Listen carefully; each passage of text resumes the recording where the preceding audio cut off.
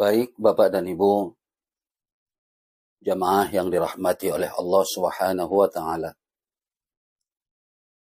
Sebelum saya menjawab pertanyaan dari jamaah kita tadi, maka terlebih dahulu ingin saya tegaskan bahwa saya tidak terikat kepada satu partai apapun. Maka tidak ada partai yang bisa menyandera kebebasan berpendapat saya. Dan saya juga bukan merupakan anggota satu ormas apapun.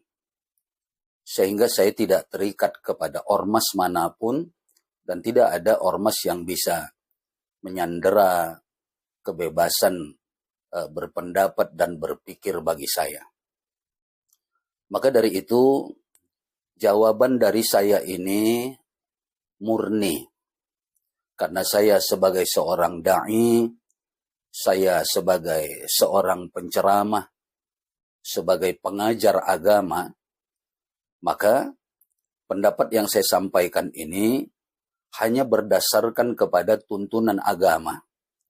Bukan berdasarkan keterikatan saya kepada satu partai, atau keterikatan saya kepada satu ormas, karena saya bukan anggota partai dan bukan anggota ormas manapun. Maka berdasarkan tuntunan agama kita, agama Islam, saya sebagai seorang da'i, saya sebagai seorang mubaligh, saya sebagai seorang penceramah, saya sebagai seorang pengajar agama, maka sebagai seorang muslim, kita wajib memilih calon pemimpin kita. Calon kepala daerah kita adalah mereka yang muslim juga seperti kita. Selama memang ada calon anggota kepala daerah itu yang muslim. Kecuali tidak ada, maka diatur lagi di dalam agama kita. Maka kalau ada calon kepala daerah yang muslim, maka kita sebagai seorang muslim wajib memilihnya. Kemudian ada juga calon wakil kepala daerah yang muslim. Maka kita pun wajib memilih calon wakil kepala daerah yang muslim pula. Jadi kalau calon kepala daerah dengan calon wakil kepala daerah ada yang sama-sama muslim, maka kita wajib memilih hal tersebut. Kita wajib memilih calon kepala daerah dan calon wakil kepala daerah yang muslim juga seperti kita. Di majelis yang lain saya ditanya oleh jamaah, Ustadz, bagaimana kalau saya berniat, saya memilih kepala daerah yang muslim dan saya tidak hiraukan wakilnya muslim atau tidak. Maka ketika itu saya jawab, kalau calon kepala daerah menang dalam pemilihan, wakilnya ikut menang atau tidak? Oh, ikut bersamanya karena mereka satu paket. Kalau calon kepala daerahnya kalah, wakilnya ikut kalah atau tidak? Ikut kalah karena mereka satu paket. Nah, artinya kalau dia ikut menang, ketika kepala daerahnya dilantik, dia pun ikut dilantik. Nah, kondisi pertanyaan berikutnya adalah, bagaimana kalau kepala daerah yang terpilih yang muslim tadi berhalangan tetap? Misalnya karena meninggal dunia, atau lagi karena tersangkut masalah hukum misalnya. Lalu sang kepala daerah tidak bisa lagi menjalankan tugas sebagai kepala daerah. Siapa yang menggantikannya, saya bilang. Maka peraturan sudah cukup tegas di negara kita mengatakan yang menggantikan kepala daerah yang berhalangan adalah wakil kepala daerahnya yang terpilih bersamanya. Jadi kita tidak memilih lagi, tapi otomatis wakil kepala daerahnya akan menjadi kepala daerah menggantikannya.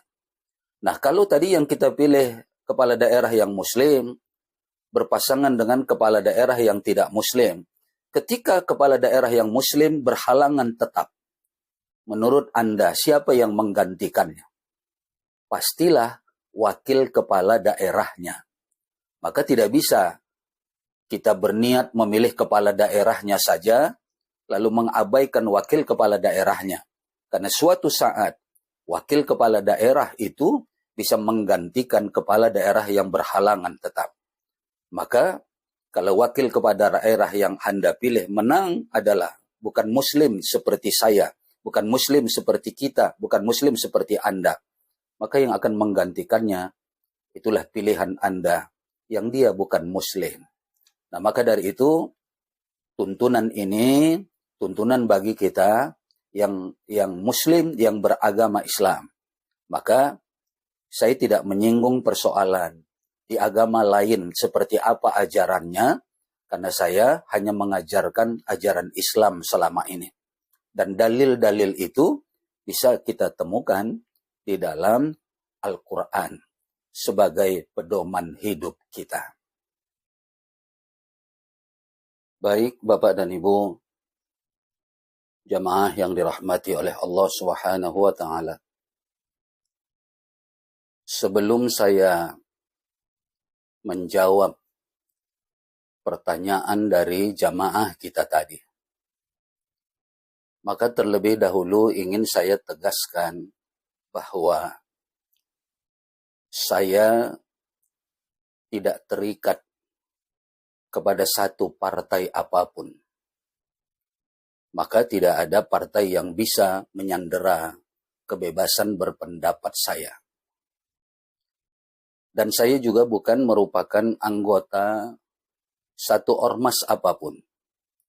Sehingga saya tidak terikat kepada ormas manapun dan tidak ada ormas yang bisa menyandera kebebasan berpendapat dan berpikir bagi saya. Maka dari itu, jawaban dari saya ini murni. Karena saya sebagai seorang da'i, saya sebagai seorang penceramah, sebagai pengajar agama, maka pendapat yang saya sampaikan ini hanya berdasarkan kepada tuntunan agama, bukan berdasarkan keterikatan saya kepada satu partai atau keterikatan saya kepada satu ormas, karena saya bukan anggota partai dan bukan anggota ormas manapun.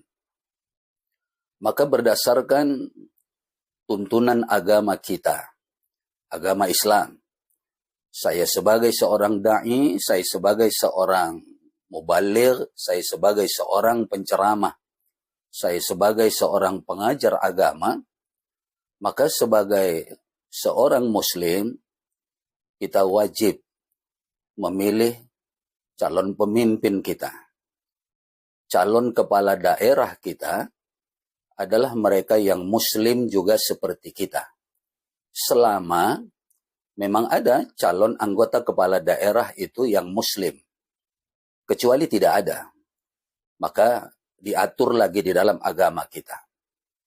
Maka kalau ada calon kepala daerah yang Muslim, maka kita sebagai seorang Muslim wajib memilihnya. Kemudian ada juga calon wakil kepala daerah yang Muslim. Maka kita pun wajib memilih calon wakil kepala daerah yang Muslim pula. Jadi kalau calon kepala daerah dengan calon wakil kepala daerah ada yang sama-sama Muslim, maka kita wajib memilih hal tersebut. Kita wajib memilih calon kepala daerah dan calon wakil kepala daerah yang Muslim juga seperti kita.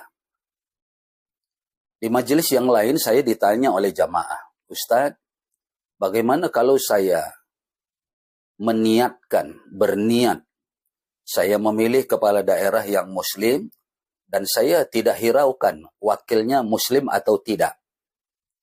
Maka ketika itu saya jawab, kalau calon kepala daerah menang dalam pemilihan, wakilnya ikut menang atau tidak? Oh, ikut bersamanya karena mereka satu paket. Kalau calon kepala daerahnya kalah, wakilnya ikut kalah atau tidak? Ikut kalah karena mereka satu paket. Nah, artinya kalau dia ikut menang, ketika kepala daerahnya dilantik, dia pun ikut dilantik. Nah, kondisi pertanyaan berikutnya adalah, bagaimana kalau kepala daerah yang terpilih yang Muslim tadi berhalangan tetap? Misalnya karena meninggal dunia, atau lagi karena tersangkut masalah hukum misalnya. Lalu sang kepala daerah tidak bisa lagi menjalankan tugas sebagai kepala daerah.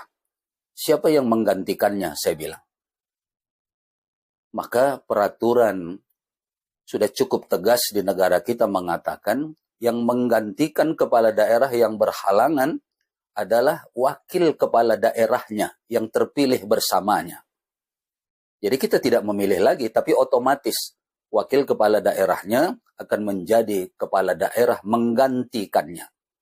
Nah, kalau tadi yang kita pilih kepala daerah yang Muslim berpasangan dengan kepala daerah yang tidak Muslim, ketika kepala daerah yang Muslim berhalangan tetap, menurut Anda siapa yang menggantikannya? Pastilah wakil kepala daerahnya. Maka tidak bisa kita berniat memilih kepala daerahnya saja, lalu mengabaikan wakil kepala daerahnya. Karena suatu saat, wakil kepala daerah itu bisa menggantikan kepala daerah yang berhalangan tetap. Maka, kalau wakil kepala daerah yang Anda pilih menang adalah bukan Muslim seperti saya, bukan Muslim seperti kita, bukan Muslim seperti Anda, maka yang akan menggantikannya, itulah pilihan Anda, yang dia bukan Muslim. Nah, maka dari itu, tuntunan ini, tuntunan bagi kita yang Muslim, yang beragama Islam. Maka saya tidak menyinggung persoalan di agama lain seperti apa ajarannya, karena saya hanya mengajarkan ajaran Islam selama ini. Dan dalil-dalil itu bisa kita temukan di dalam Al-Quran sebagai pedoman hidup kita.